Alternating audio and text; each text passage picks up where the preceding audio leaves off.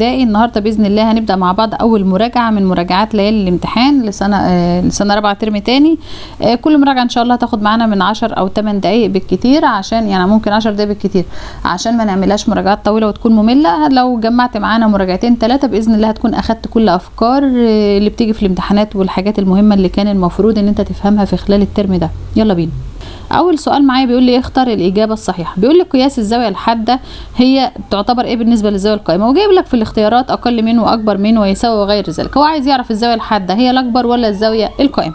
احنا عارفين ان الزاويه الحاده بتكون رسمها بالشكل ده كده، زاويه ايه حاده اهي بتكون اكبر من 0 درجه واقل من 90 درجه، واقل من 90 ايه درجه. اما الزاويه القائمه بيكون رسمها بالشكل ده كده، وبتكون 90 درجه بالظبط، لا اكبر ولا اقل. معنى كده ان انا في الزاويه الحاده ما وصلتش ل 90، انا اقل من 90، يبقى الزاويه الحاده دهيا اقل من 90 اللي هي القائمه عندي اصلا ب 90 درجه بالظبط، لا اكتر ولا اقل، يبقى الحاده اقل من القائمه. طب انا لما اجي اختار اقل هاخد انه علامه، هتاخد ايه؟ اصغر من. هتقول له قياس الزاويه الحاده، احنا خدناه الاختيار الاولاني، اصغر من قياس الزاويه القائمه. المنقار المقفول ناحيه الحاجه الصغيره والبق المفتوح ناحيه الحاجه الكبيره. بعد كده بيقول لي اي العلاقات الرياضيه الاتيه صحيحه. جايب لي شويه علاقات رياضيه، والمفروض ان هي مثلا جايب لي ايه؟ جايب لي بيقول لي 6 على 8 بيقول اكبر من 5 على 8. احنا واخدين ان طالما المقامات زي بعضيها فانا بقارن البسط بالبسط. 6 اكبر من 5 ده حقيقي، يبقى 6 على 8 6 اجزاء على 8 اكبر من 5 اجزاء على 8. المقامات زي بعض، يبقى البسط الكبير للكسر الكبير، يبقى هو هنا العلاقه دي صحيحه، يعني انا المفروض اختار دي. طب تعالى كده نشوف العلاقات التانية كان فيها ايه. كان جايب 5 على 8 وهنا 1 على 8، يعني المقامات برضو متوحده، بس جايب لك ان الخمسة اقل من الواحد. احنا قلنا المقامات واحده، يبقى البسط الكبير للكسر الكبير، فالخمسة اكبر من الواحد لكن هو عاملها اقل، يبقى دي كانت غلط. اما هنا جايب 3 على 8 و4 على 8، المقامات هيها 8، يبقى انا هقارن البسط بالبسط، البسط الكبير للكسر الكبير. 3 بيقول انها اكبر من 4، لا دي برضو غلط. اما هنا 7 على 8 اكبر من 1. طب انا هقارن واحد ازاي ب7 على 8 اللي هي كسر؟ هنخلي الواحد ده في صورة كسرية برضو. يعني ايه؟ يعني انا اخليه كسر بس مقامه زي المقام اللي هو انا بقارنه ده، هو مقامه يبقى 8. طب الواحد هيبقى 8 على 8، الواحد اي عدد على نفسه، 5 على 5 6 على 6 3 على 3 وهكذا. طيب دي الواحد بقيمة 8 على 8، اما ال7 على 8 اصغر من 8 على 8. ليه؟ لان المقامات واحدة. المفروض بقى تقارن البسط بالبسط، 7 ولا 8؟ لا، المفروض ان ال8 اكبر، فهو هنا بيقول ان ال7 على 8 اكبر من ال8 على 8، يبقى هنا كلامه كان غلط. يبقى هي فعلا العلاقة الاولى هي اللي صح، وهي دي اللي اختارها الاختيار الصحيح. طب تعالى بيقول لي ايه بقى؟ لتمثيل مجموعتين من البيانات نستخدم التمثيل البياني بايه؟ احنا كده كده بنستخدم التمثيل البياني بالاعمده او الاعمده المزدوجه او الصور او النقاط، لكن لو انا عندي مجموعتين من البيانات فانا هستخدم لها الاعمده برضو، بس اعمده مزدوجه، عشان كل مجموعه هيعبر عنها عمود بلون مختلف عن التاني. يعني مثلا اخضر واصفر، اصفر وازرق، احمر واخضر، اي ما ايه اي لونين، عشان بس لما نيجي نمثل بيكون عندي عمودين فبنقول اعمده ايه مزدوجه. يبقى انا لما اكون همثل مجموعتين من البيانات فانا بستخدم لها الاعمده المزدوجه، يبقى هختار الاختيار التاني.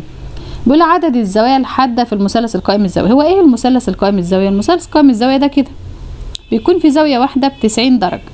احنا عارفين ان المثلث كله على بعضه 180 درجه، ماشي، وعارفين ان كل مثلث يا اما في 2 زاويه حاده يا اما في 3 زاويه حاده. طب امتى يكون في 3 زاويه حاده؟ لو هو مثلث حد الزوايا، حد الايه الزوايا، فيبقى ال3 زوايا حاده، وليكن مثلا واحده 30 وواحده مثلا مثلا نقول 70 مثلا، يبقى ده 100 والتالتة 80، يبقى كلهم 180، فهتلاقيهم كلهم زاوية حادة. ده 30 أكبر من 0 وأقل من 90، 70 أكبر من 0 وأقل من 90، 80 أكبر من 0 وأقل من 90. فلو هو حد الزوايا بنقول إن عندي 3 زوايا حد. أما لو قائم الزاوية زي ده فبيكون في زاوية واحدة ب90، أيوة، والزاويتين التانيين باقي ال 180 كام؟ 180 هتشيل منهم 90، يبقى الاتنين التانيين ب90 برضو. فأنت هتلاقي إن ال90 متقسمة على الاتنين التانيين، يعني ممكن واحدة 40 وواحدة 50، بتلاقي إن دي اكبر من 0 واقل من 90، ودي اكبر من 0 واقل من 90. فكل مثلث لو هو قائم الزاويه فبنقول فيه 2 زاويه حاده على الاقل، 2 زاويه حد. اما لو هو منفرج الزاويه برضو هيكون في 2 زاويه حد، برضو هيكون في 2 زاويه حد. يبقى المثلث القائم والمنفرج فيهم 2 زاويه حاده، اما لو هو حد الزاويه فهيكون في 3 زوايا حاده، فاحنا هنختار له الاختيار اللي هو ال3 ده اللي هو بيقول ايه 2 زاويه حاده. ماشي. طيب بعد كده بيقول لي قيمه الرقم 3 في العدد ده اهو. تعالى بقى نشوف 3 دي اصلا مكانها فين. انت عندك دلوقتي العدد ده فيه اعداد صحيحه وفيه كسور عشريه. ايه الاعداد الصحيحه؟ عندك احاد مثلا وعشرات. هو بقى بيسالك على ال3 ده. ال3 دي اول عدد بعد العلامه العشريه من ناحيه الشمال، فبيكون في خانه الجزء من ايه من 10، فبيكون في خانه الجزء من 10. فانا راح احط اهو 3 وهنا العلامه العشريه ومكان الاعداد الصحيحه دي 0، يبقى هي 3 من 10. 3 في خانه الجزء من 10 يعني 3 اجزاء من 10. بيقول لي هو نقط هو خط يمتد بدون نهايه من الطرفين. انا عندي الخطوط اللي عندي ايه؟ عندي لو انا عندي قطعه مستقيمه لها نقطه بدايه ونقطه نهايه، هي بتكون ايه بي مثلا، دي اسمها قطعه مستقيمه بيكون لها نقطه بدايه ونقطه نهايه، وعشان كده بقيسها بالمسطره. اما لو امتدت من طرف من الطرفين بلا حدود فبقى اسمها شعاع. طب هو بيقول يمتد بدون نهايه بس منين بقى؟ من الطرفين الاثنين، فلو امتدت من الناحيه الثانيه كمان بدون نهايه بقى اسمها خط ايه مستقيم، بقى اسمها خط مستقيم. يبقى مين بقى هو الخط الذي يمتد بدون نهايه من الطرفين؟ هنقول له الخط المستقيم، الخط الايه المستقيم. رجع جاب لك بيقول لك ايه الشكل المقابل، الشكل ده هو يسمى ايه؟ طب هو له بدايه ونهايه؟ لا ملوش بدايه ونهايه. لو كان له بدايه ونهايه كان يبقى زي القطعه المستقيمه كده لها بدايه ولها نهايه. طب هو له بدايه له بدايه ومالوش نهايه عشان نقول عليه شعاع؟ لا. طب هو ليس له بدايه وليس له نهايه، يعني هو الاسهم دي معناها ايه؟ معناها انه مكمل هنا بلا حدود ومكمل هنا بالحدود، مفيش حاجه توقفه، فاسمه ايه؟ الخط المستقيم، الخط الايه المستقيم. طيب انا بحاول اشرح واجيب كذا حاجه في نفس يعني مش الحاجه اللي انا هختارها بس او اللي انا هكمل بيها بس، عشان بس تبقى فاهم كل حاجه. بيقول لي ايه قيمه الرقم 7 في العدد 23 جزء من 100. هي تعالى انت عندك 3 دي احاد لان هي في الاعداد الصحيحه ملناش دعوه بالعلامات العشريه. هنا بقى جالي علامه عشريه فعندك الاثنين في خانه الجزء من 10، اما ال7 في خانة الجزء من 100. هو عايز القيمة ولا القيمة المكانية؟ لا القيمة المكانية، يعني هقول له بيتها فين او مكانها عند مين. فال7 هي في بيت الجزء من 100 فهقول له هي ايه جزء من 100، هي جزء من 100. نركز هو طالب القيمة العددية او القيمة بتاعة الرقم يعني، ولا طالب القيمة الايه المكانية. بيقول المستقيمان نقط يكونان 4 زوايا قائمة. انا امتى المستقيمات تعمل 4 زوايا؟ لو هما متقاطعين بقى. لو هما متقاطعين تقاطع عادي كده فهم هيعملوا 4 زوايا بس مش قائم. اما لو متقاطعين كده اهو، ده مستقيم والتاني نازل عمود عليه، يعني ده مستقيم والمستقيم التاني نازل لي عمود عليه، فبنقول ده زاويه قائمه اهي. دي زاويه كده قائمه اللي بتعمل لي شكل المربع، وده زاويه قائمه برضو بتعمل شكل المربع، ودي زاويه قائمه بتعمل شكل المربع، ودي زاويه قائمه بتعمل، يبقى عمل لي ايه 4 زوايا قائمه. هما مستقيمان متقاطعان بس ما اقدرش اقول متقاطعان واسكت لان دول برضو متقاطعين بس عاملين لي زوايا ايه، دي حاده ودي منفرجه ودي منفرجه ودي حاده. لكن اللي بيعملوا 4 زوايا قائمه هما المستقيمان المتعامدان اللي بيعملوا مع بعض زي الزائد ده كده، زي شبه الزائد كده، بنقول عليهم متعامدان. بنقول عليهم ايه متعامدان. ممكن يبقوا متعامدان كده برضو زي ما بيعملوا زاويه قائمه اهي. هنظبطها بس شويه. دول كده برضو متعامدين اهم ده كده متعامدين. ماشي. يبقى المستقيمين لما بيعملوا مع بعض الشكل ده كده او هنا زي الزائد اهو، دول كده اسمهم متعامدان. بيقول لي الشكل الرباعي الذي جميع اضلاعه متساويه في الطول وزواياه الاربع قائم. انا عندي الاشكال الرباعيه في مستطيل بس مش زواياه مش اضلاعه كلها متساويه. لو كان قال لك كل ضلعين بس متقابلين متساويين كنا هنقول مستطيل. وفي عندي المربع، ماشي، المربع الاربع اضلاع متساويه في الطول، وعندي المعين الاربع اضلاع برضو متساويه في الطول. بس هو قال ايه بقى؟ قال لي وزواياه الاربع قائمه. لا المربع بس هو اللي زواياه الاربع قائمه. دي زاويه قائمه عشان بتعمل 90 درجه، هي ب 90 درجه. شوف العلامه بتاعت الزاويه القائمه اللي هي المربع الصغير ده، ودي برضو قائمه ودي قائمه ودي قائمه. يبقى هو لو كان قال شكل رباعي جميع اضلاعه متساويه وما قاليش كل اضلاعه الاربعه قائمه كنت هقول له معين، لكن قال لي واضلاعه الاربع قائمه فانا هقول له ايه المربع، هقول له ايه هو المربع. طيب ناخد ايه كمان؟ بيقول لي الزاويه التي قياسها 180 درجه تكون زاويه نوعها ايه؟ انا عندي الزوايا مثلا عندي ايه، في زاويه حاده قلنا اللي بتكون اكبر من 0 واقل من 90 درجه. اكبر من ايه؟ من 0 درجه واقل من 90 درجه. ماشي. وفي زاويه قائمة، اللي هي بتكون القائمة دي بتكون 90 درجة بالظبط. قائمة اهي بيكون مستقيمين متعامدين كده، بتعمل لي 90 درجة بالظبط. وفي زاوية منفرجة بتكون اكبر من ال90 واقل من 90 درجة واقل من ايه، من 180 درجة. كل ده انا ما رحتش لسه للزاوية اللي هي 180 درجة. طب مين بقى الزاوية اللي هي 180 درجة؟ عندك ادي مستقيم اهو، بدايته ده شعاع اهو، بدايته هنا واهو ونهايته وملوش نهاية طبعا، وجه اتحد مع شعاع تاني اهو، بدايته هنا برضو مثلا، وليكن النقطة A دي البداية، وهنا B وهنا C. عملوا لي زاوية اسمها الزاوية المستقيمة. الزاوية الايه؟ المستقيمة. دي قياسها كام؟ 180 درجة. لانك لما تيجي تحط المنقلة عليها هتلاقيها بادئة مع المنقلة هنا كده، هنا كده من الصفر، ومكملة في المنقلة هنا كده لحد 180 درجة. فبنقول ان دي زاوية نوعها ايه اللي هي قياسها 180 درجة؟ اسمها الزاوية المستقيمة، اللي هي خط مستقيم اهي، المستقيم. الشعاعين لما اتحدوا مع بعض عملوا لي خط مستقيم ليس له بداية ولا نهاية. بيقول المستقيمان ايه؟ لا يشتركان في اي نقاط. انا عندي العلاقات بين المستقيمات ممكن يكون في مستقيمين متقاطعين، ماشي، بس المتقاطعين دول هيشتركوا في اي نقطة. يعني لو انا عندي مستقيمين متقاطعين عادي كده هيشتركوا في اي نقطة، ماشي. النقطة دي هي مثلا النقطة دي. لو عندي مستقيمين متعامدين برضو هيشتركوا في النقطة دي. طب مين بقى ولو مستقيمين منطبقين، يعني ده مستقيم والتاني جه انطبق عليه فوق كده اهو، هما خلاص مشتركين في النقاط دي كلها، اللي هي ايه؟ الجزء اللي المستقيمين ماشيين عليه.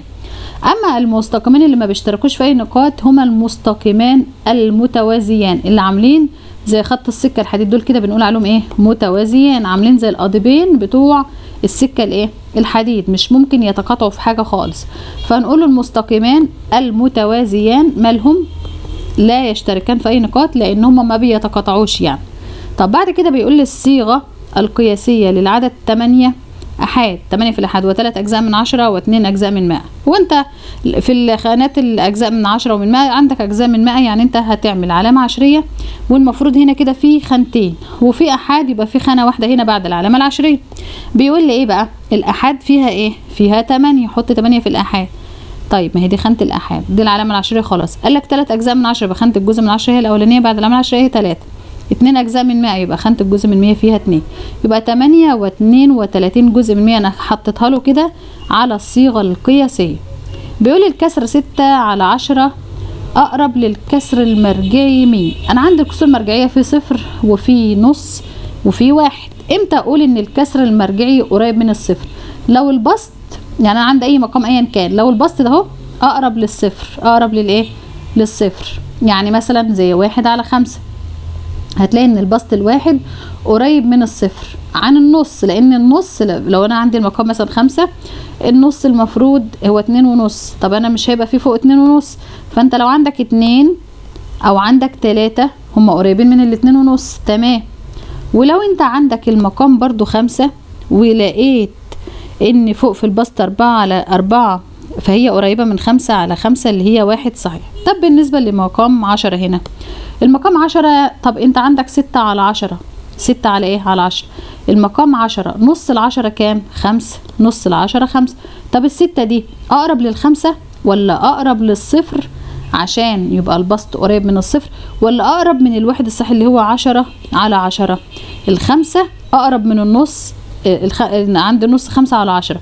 ال6 اقرب من ال5 على 10، يبقى انت عندك ال6 قريبة من نص ال10. ال10 نصها كام؟ 5. طب ال6 لا، قريبة من ال5 لكن مش قريبة من الصفر على 10، ماشي، ولا قريبة من ال10 على 10، هي اقرب لل5 على 10. فبنقول ان ال6 على 10 دي اقرب للكسر المرجعي مين بقى؟ بلاش نكتب، احنا عايزين نمسح ده كله. اقرب للكسر المرجعي نص، اقرب للكسر المرجعي ايه؟ نص.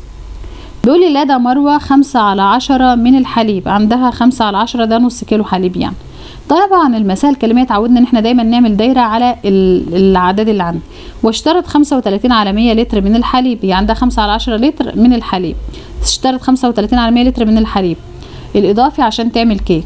فبيقول لي فما الكسر الكلي؟ الكلي ده هي زي الاجمالي زي المجموع، الذي يمثل مجموع، يعني كلمه كلي وكلمه مجموع وكلمه اجمالي بتعرفني ان هيكون في عندي جمع، بتعرفني ان انا هيكون عندي جمع. كلي، مجموع، اجمالي، او ما مجموع، اي حاجه. كل ده بيعرفني ان في جمع. الذي يمثل مجموع الكل من اللترات. هي بالعقل كده كان معاها لبن وراحت اشترت لبن تاني عشان تعمل كيك، فهو عايز يعرف الكسر الكلي للمجموع الكلي من اللترات لا دمر. هقول له ايه؟ المجموع الكلي، يبقى انا لازم اجمع لللبن للترات اللبن اللي مع مروه يعني هيساوي. هي كان معاها 5 على 10، خلاص انا هجمع 5 على ايه؟ على 10. هقول له 5 على 10 وهجمع معاها 35 على 100. طب المفروض بقى ان انا اجمع، صح؟